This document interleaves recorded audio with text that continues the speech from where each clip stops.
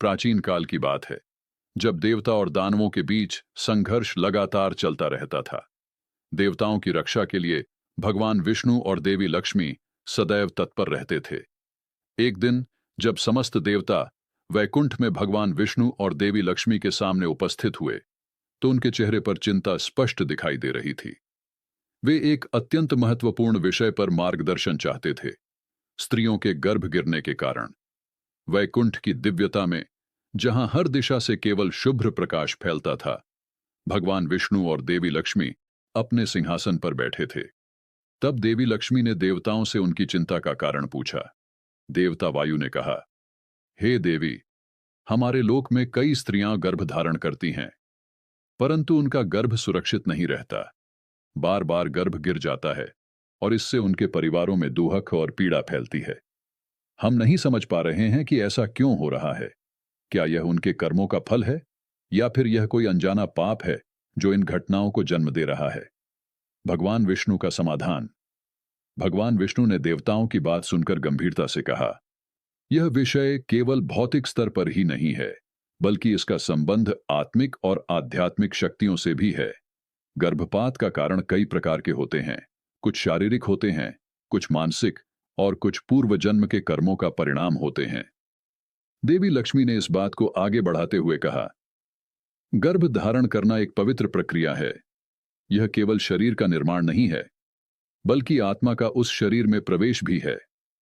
जब कोई स्त्री गर्भ धारण करती है, तो वह न केवल अपने शरीर को, बल्कि अपने मन, हृदय और आत्मा को भी शुद्ध करती है। पाप और गर्भपात का संबंध।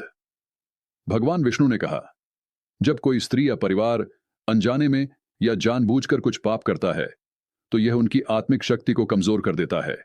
गर्भ धारण करना और उसे पूर्ण करना आत्मा की शुद्धि पर निर्भर करता है।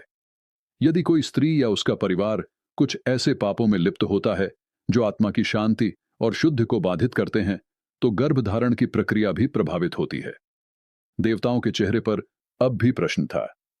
तब भगवान विष्णु ने विस्तार से बताया कि किस प्रकार के पाप गर्भपात का कारण बन सकते हैं। अन्याय करना।